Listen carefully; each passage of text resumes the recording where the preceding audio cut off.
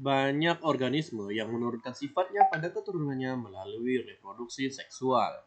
Hal ini dimulai pada saat dua gamet dari kedua orang tua membentuk sebuah embrio dengan bergabung bersama, yang akan menurunkan sifat-sifat yang mereka miliki pada keturunannya. Gamet ini sendiri terbentuk dari suatu proses yang dinamakan meiosis. Sel germinal bertanggung jawab terhadap proses meiosis ini, dan pada organisme eukariotik, sel ini memiliki dua salinan dari setiap kromosom. Sel germinal menjalani proses meiosis untuk menghasilkan dua buah gamet yang masing-masingnya hanya memiliki satu pasang kromosom di dalamnya. Dua zigot diploid ini akan bergabung membentuk satu embrio haploid yang akan tumbuh menjadi individu dewasa. Meiosis hanyalah satu dari banyaknya langkah kehidupan sel germinal. Sama seperti mitosis, sel germinal juga mengalami fase interfase, kemudian dimulai dari G1, S, dan G2. DNA yang ada di dalam sel kemudian diduplikasi pada fase S sebelum memasuki meiosis. Kromosom yang digandakan ini kemudian disebut sebagai kromatid bersaudara atau sister kromatid. Kromatid ini akan terus berpasangan hingga tahapan kedua dari pembelahan meiosis. Ada dua tahapan pembelahan pada proses meiosis.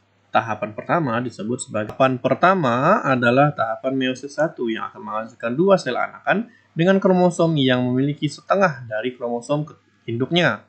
Dan pada meiosis kedua menghasilkan 4 sel anakan yang hanya memiliki satu salinan dari kromosom induknya.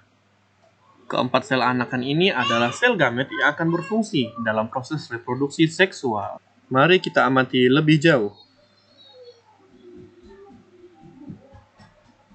Meiosis dimulai dengan profase 1. Pada tahapan ini, DNA akan memadat membentuk kromosom. Di sini kita bisa melihat kromatid berpasangan dan diikat oleh sentromer. Dan selama proses meiosis 1, mereka akan terus berikat. Selanjutnya, setiap pasang kromosom homolog akan bergabung lewat suatu sinapsis untuk membentuk suatu kromatid berpasangan double. Pertukaran materi genetis berlangsung antara dua pasang kromosom yang sedang berikatan ini. Peristiwa ini dikenal dengan nama rekombinasi atau lebih terkenal dengan nama pindah silang. Proses ini menyebabkan kromatid tidak lagi memiliki materi genetis yang serupa satu sama lain. Itulah sebabnya tidak ada satu saudara pun yang memiliki sifat yang sama kecuali kembar. Secara genetis ada beberapa tahapan-tahapan lagi yang terjadi pada fase 1. Di antaranya adalah nukleus yang menghilang, membran inti yang memudar, kemudian mikrotubul yang mulai muncul dari sentrosom yang saling berhubungan dengan sentromer dan melekatkan kromosom dengan mikrotubul. Dan untuk bersiap memasuki tahap metafase. Pada tahapan metafase 1 ini, setiap kromatid akan tersusun ke bidang-bidang ekuator dari pembelahan sel secara acak.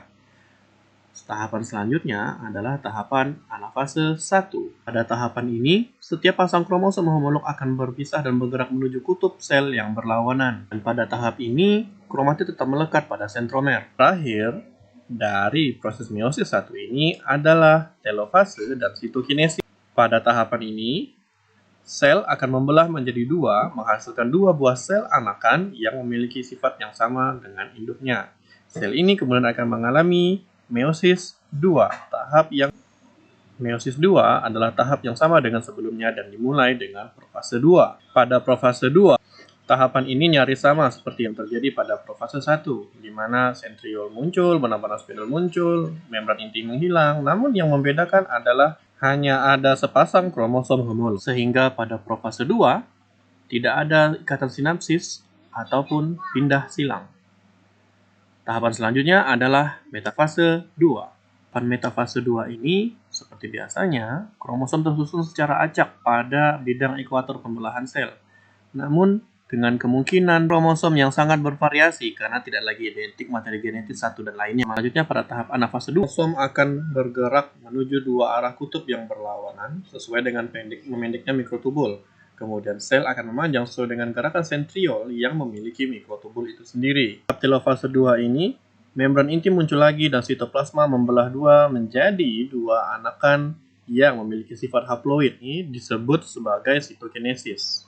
Karena meiosis 2 dimulai dari dua sel, kemudian membelah menjadi dua sel baru, maka kita kini mempunyai 4 sel yang mempunyai setengah dari sifat induknya atau haploid. Meiosis 2 adalah 4 sel anakan yang disebut gamet, yang kita peroleh dari ayah dan juga ibu. Gabung membentuk embrio diploid atau embrio yang akan melalui berbagai proses mitosis untuk tumbuh jadi ini.